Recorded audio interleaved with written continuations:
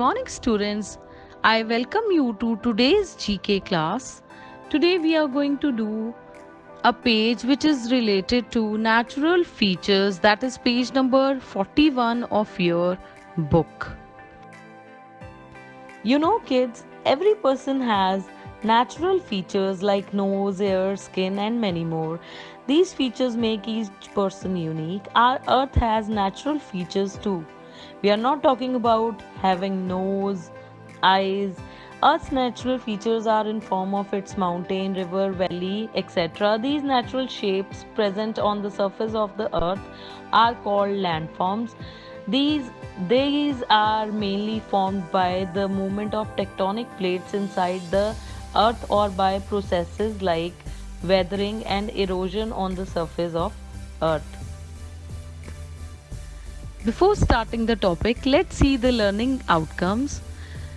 Students, after the completion of this topic, you will be able to identify the name of geographical features based on the description given.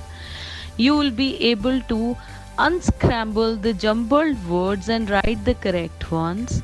You will be able to term these natural features into your own words.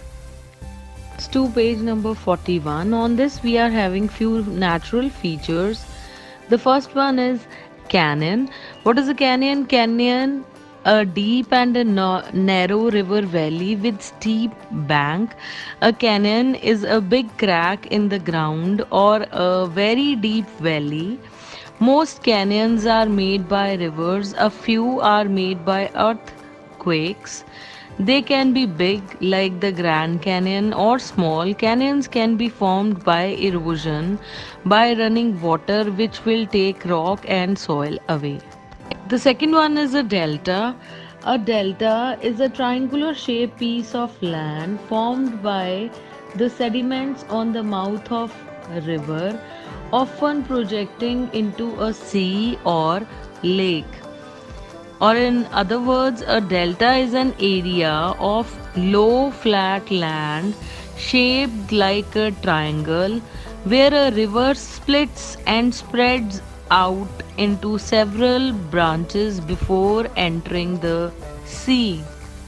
A hole in the ground from which hot water and steam come out. In other words, it is a pool of hot water that sends a column of water and steam into the air on regular or irregular schedule. It is geyser. Rift Valley, a valley with steep sides formed by movement of Earth's surface.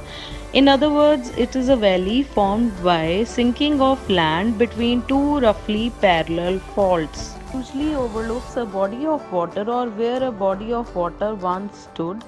In other words, a rift with a fold and almost perpendicular front, normally applied to the steep slopes bordering a river. Sixth one is archipelago. An archipelago is a group of islands closely scattered in a body of water, or in other words, we can say island chain is a chain, cluster, or collection of islands, or sometimes a sea containing a small number of scattered islands. It is called archipelago. A bight may be referred as a bend or curve in a coastline, river, or other geographical feature, or it may refer to a bay formed by such a feature. In other words, a bend in a coast forming an open bay is known as bight. Eighth one is fjord. A fjord is a long, narrow, deep inlet of the sea between high cliffs, as in Norway, typically formed by submergence of glaciated valley. Or in other words, a long, narrow inlet with steep sides or cliffs. I told you kids, by the end of this topic you will be able to identify all these natural features. You will be able to define them. Now I have one task for you to do. You have to define harbor and a cape. Thank you and have a cheerful day.